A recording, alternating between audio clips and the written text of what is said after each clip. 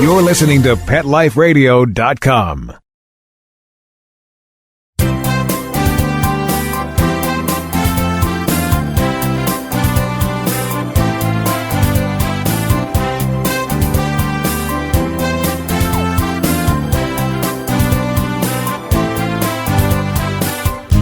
And good morning or good afternoon, depending on where you happen to be in the country at this very moment.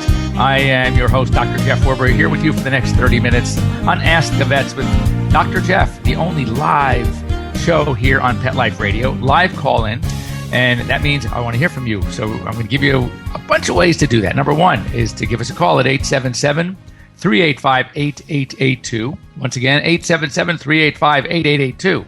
Number two, you can send me a quick email to drjeff@petliferadio.com, and our producer, Mark, will send that to me ASAP. Or you can actually join us on the website, petliferadio.com. Click on the Ask the Vets with Dr. Jeff tab, and there you're going to see a box that says Join the Conversation. That's all you have to do is join in on the conversation. It's that easy. And we want to hear from you. As a matter of fact, we are here to help you, and because of our sponsors, and I want to thank them. That's Prosense Pet Products and Kong. As a matter of fact, just by calling in, just by sending me a text, just by joining in the conversation, we will send you out a Prosense pet product for your pet and an amazing Kong toy as well. So you can't lose. Free advice. My job here, and if you've been listening, I am trying to make veterinary medicine practical. It has become so specialized, it's become, so advanced that people lose sight of the simple things.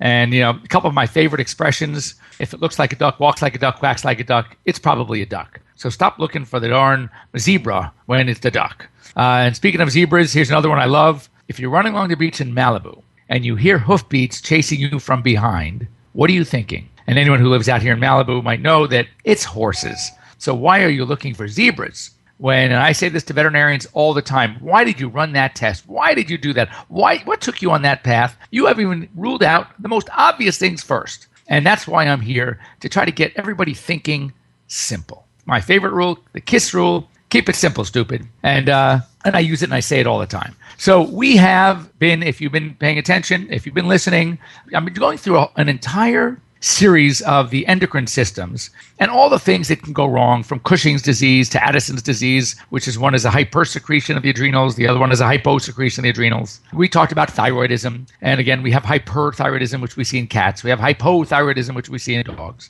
Then we got to the diabetes mellitus, and again, everything seems to be double. Well, we have two types of those: diabetes type 2 and diabetes type 1. Type 1 is what we see in dogs, is the same as the human type 1 juvenile onset diabetes, which is what we call insulin-dependent diabetes. And then we also talked about type 2 diabetes, which is between cats. That's more similar to the human type 2, which is adult onset diabetes, often associated with obesity. And as we discussed, that cats, we tend to feed them inappropriately, pushing too much dry food, too many carbs.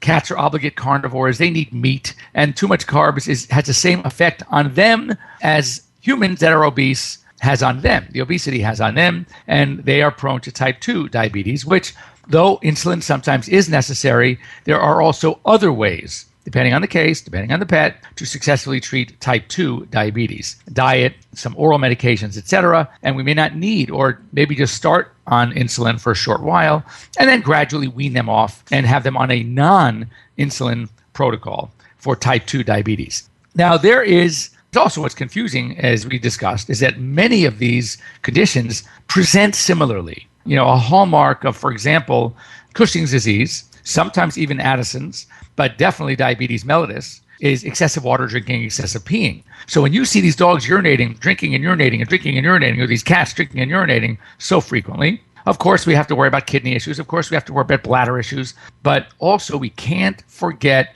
to rule in or rule out the possibility that this could be a Cushing's disease, this could be an Addisonian, this could be a diabetic, etc. Now, there is, just to confuse things, and I'm going to try to keep it simple, stupid. I'm going to try to keep it simple. But there is another diabetes out there, one that is not nearly as common as the diabetes mellitus, which is the sugar diabetes, the insulin dependent or non-dependent, but where the blood sugar rises off the charts high. When it gets past a certain level, it's just 250 milligrams per deciliter, then it kind of spills out into the urine, and we start seeing signs of glycosuria, which means glucose in the urine, a clear sign that there is probably one of the diabetes mellitus on board. Type 1 if it's a dog, type 2 if it's a cat.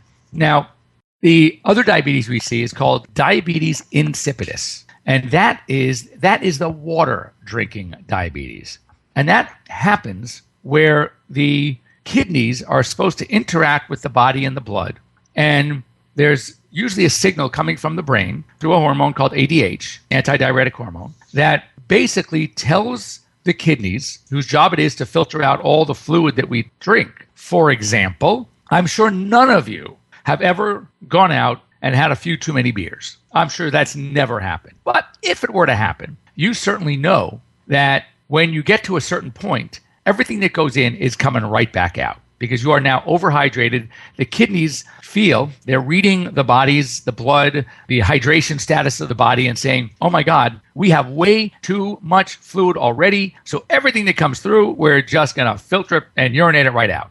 Conversely, for those of us that might do some running or heavy duty exercise and you're sweating a lot, you're getting very dehydrated, you know that when you urinate at that time, the urine is very concentrated. It's very yellow, and as opposed to being excessively hydrated. Well, with diabetes insipidus, the brain, the body, the kidneys are not reading the signals properly. Either there is a lack of the hormone, the ADH, or the kidneys aren't reading it. They're not responding appropriately to the ADH. So what's happening is that you end up with continuously drinking, regardless of the hydration status of the body. It's not being read properly. So everything that comes in goes right back out. In other words, we cannot concentrate the urine appropriately for the needs, the status of the body. And fortunately, as I said, we don't see it nearly as commonly as some of the other diabetes, but it's certainly something that needs to be evaluated.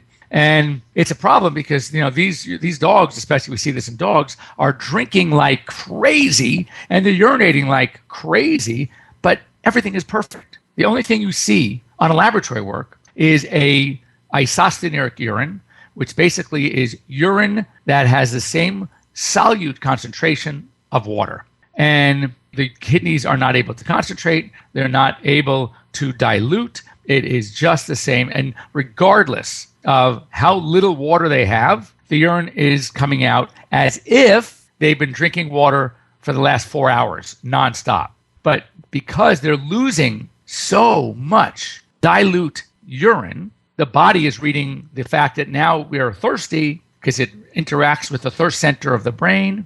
And now they are drinking continually to make up for the loss. And it's an annoying condition. First of all, it's annoying for any of you that have had dogs with diabetes insipidus because you have to walk these dogs very often. And if you don't have a doggy door, or if you have like really expensive Berber carpeting, you are going to be one upset pet parent because all you'll be doing is walking every 20 minutes, half hour. I mean, as fast as they drink, it's coming right back out, regardless of, as I said, the hydration status of the body.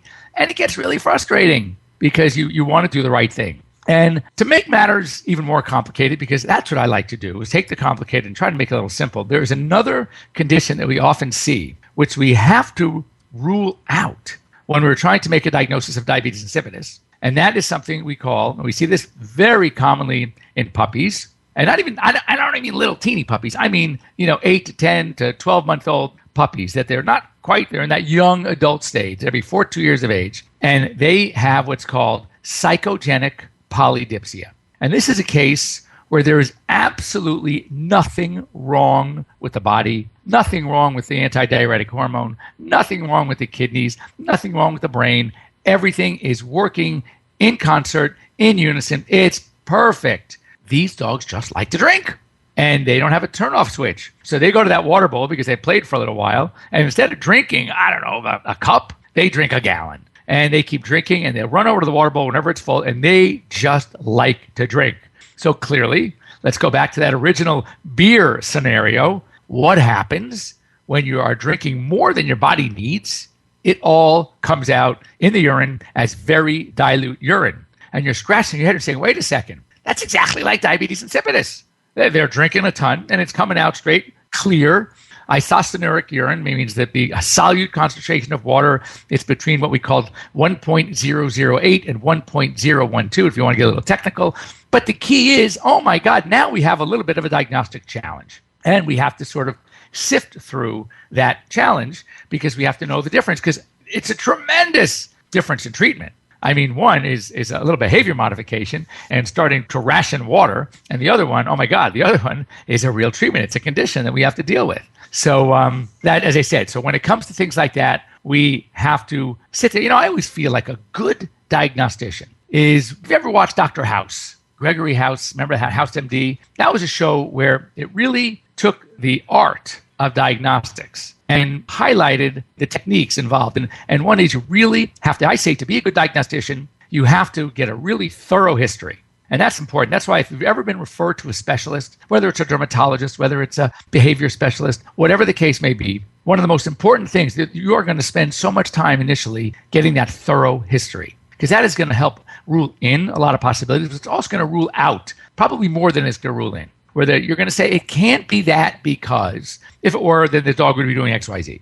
And since he's not doing XYZ, it's not that. So the goal here is to reason, to think, to analyze, and then to choose the appropriate test to help you come up with a diagnosis. And as I say, and this is my soapbox, you don't feel, and your veterinarian shouldn't feel, that they have to do all the tests in one day, unless, of course, you're faced with an emergency situation and you need to rule everything out now. But most of these conditions are not emergencies. Your pet's been living with them for weeks, for months. The extra 2-3 days is not going to make a difference. And you want to approach them by getting a thorough history and doing your work. So, having said that, we're time for a quick little break. When we come back, we are going to talk about some diagnostics involved and treatment of how to tell, do we have a psychogenic polydipsia? Do we have diabetes insipidus as opposed to diabetes mellitus? And let's get some answers for you and let's figure out how to treat it. Don't go away. We'll be right back here on Pet Life Radio's Ask the Vets with Dr. Jeff. And I'm Dr. Jeff Werber. Don't go away. We'll be right back right after these messages. Stay tuned. I'm home. My hair looks cute. Now what? Bringing home a puppy or new dog is exciting, and he's depending on you to keep him in good health. Dogs need special care to keep them healthy as they grow throughout their entire life. Caring for their health is critical in all stages. With Prosense, it's simple and convenient to give your dog the care it needs with effective and quality products that treat, prevent, and provide essential daily vitamins and minerals. Prosense products are veterinary formulated and recommended to ensure the very best for your pet. Try Prosense today. Your dog will thank you for it. Pets love life. Love them back with Prosense. There's nothing more delicious and healthy than an old family recipe. And for over 50 years, our family's been creating them especially for your pets. Nutrisource Super Premium Pet Foods. Dog and cat food that's all natural, holistic, and organic. Nutrisource Pet Foods contain our patented Good for Life system for your pet's optimum health and well-being. So order now. Safe quality food made by our family for your furry family members. Go to NutrisourcePetFoods.com. From our family to yours, KLN Family Brands. Calling all pet product manufacturers and pet experts. Let the public relations and marketing professionals at Whitegate PR get you featured in the news. I'm Dana Humphrey at Whitegate PR, and we have been specializing in pet product PR for over 10 years and can get your brand featured in the media, from TV to radio to print to blogs. You can find out more at www.whitegatepr.com. Hey there, pet parents. This is Christy Vaughn, host of The Doggy Dish. Do you love your furry companion? Do you love making him or her healthy treats but can't seem to find the time? Great news. The Doggy Dish is the perfect show for you. Every episode is chock full of healthy and easy recipes that are made with ingredients you most likely have on hand. Tune into The Doggy Dish for yummy and healthy recipes for your canine kids. Every week, only on PetLifeRadio.com. Let's talk pets. Let's talk pets On Pet Life Radio. Pet Life Radio. PetLifeRadio.com.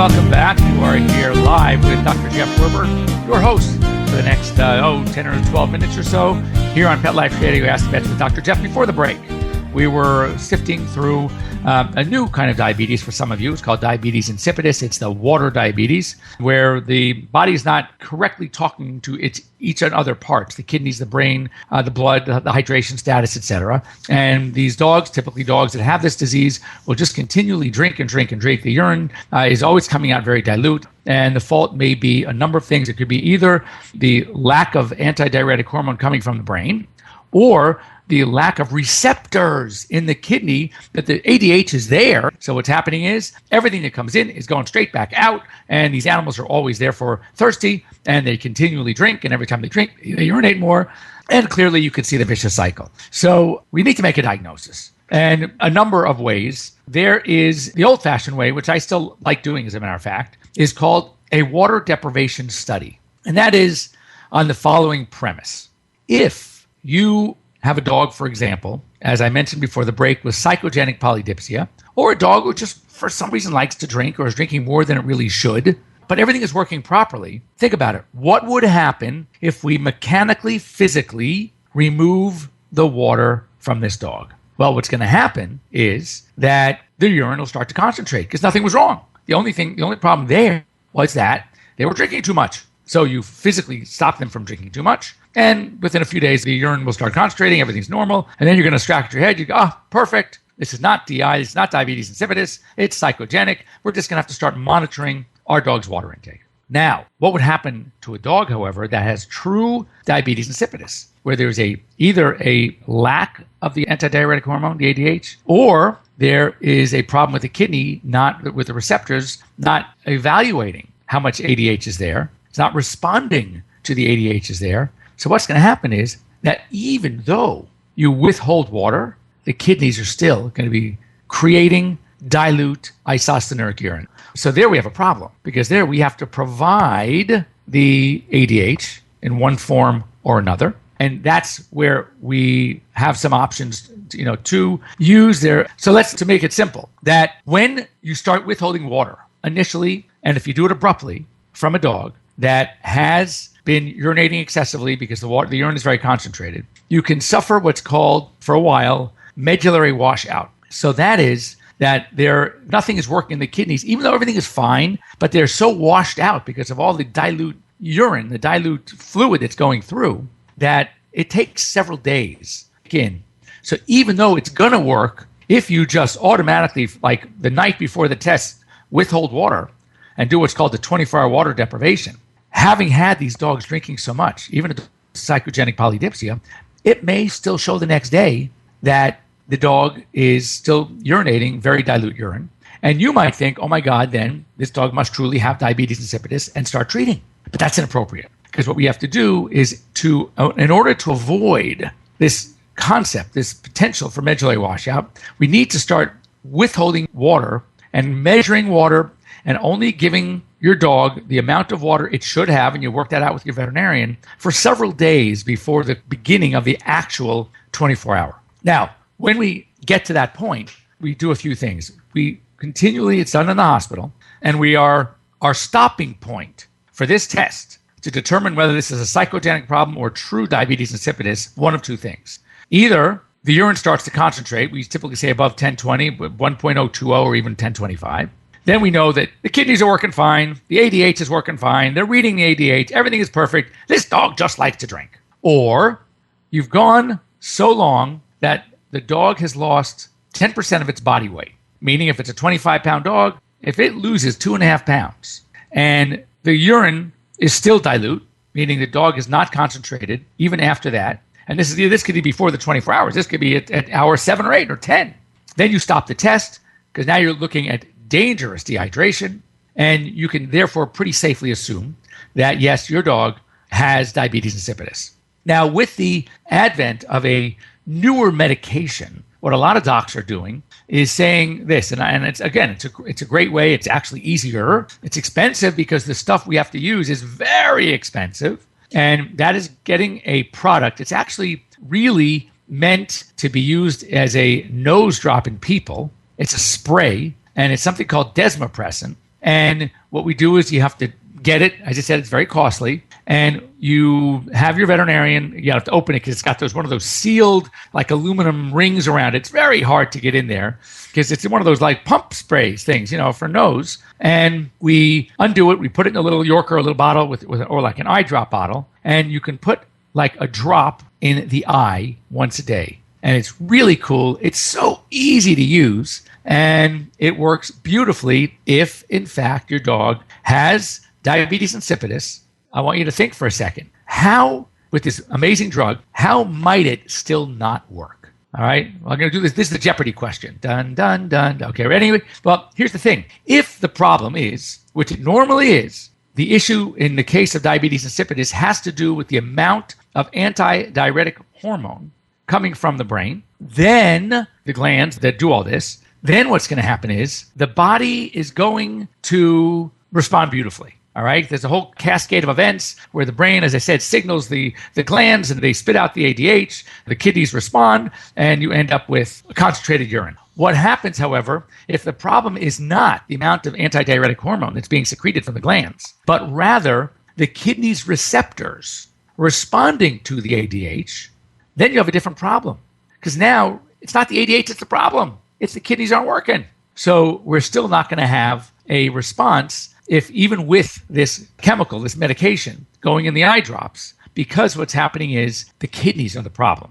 They're not responding. And that's a whole different ballgame. One that is a lot more of a challenge because there's really no way to turn these receptors. Well, I never say never, but not a simple way or a clearly used technique, easily used technique to turn these receptors on. So it just means that we're going to have to live with the excessive water drinking, and you have to let them drink and let them urinate because there's really no way to get to the bottom of it.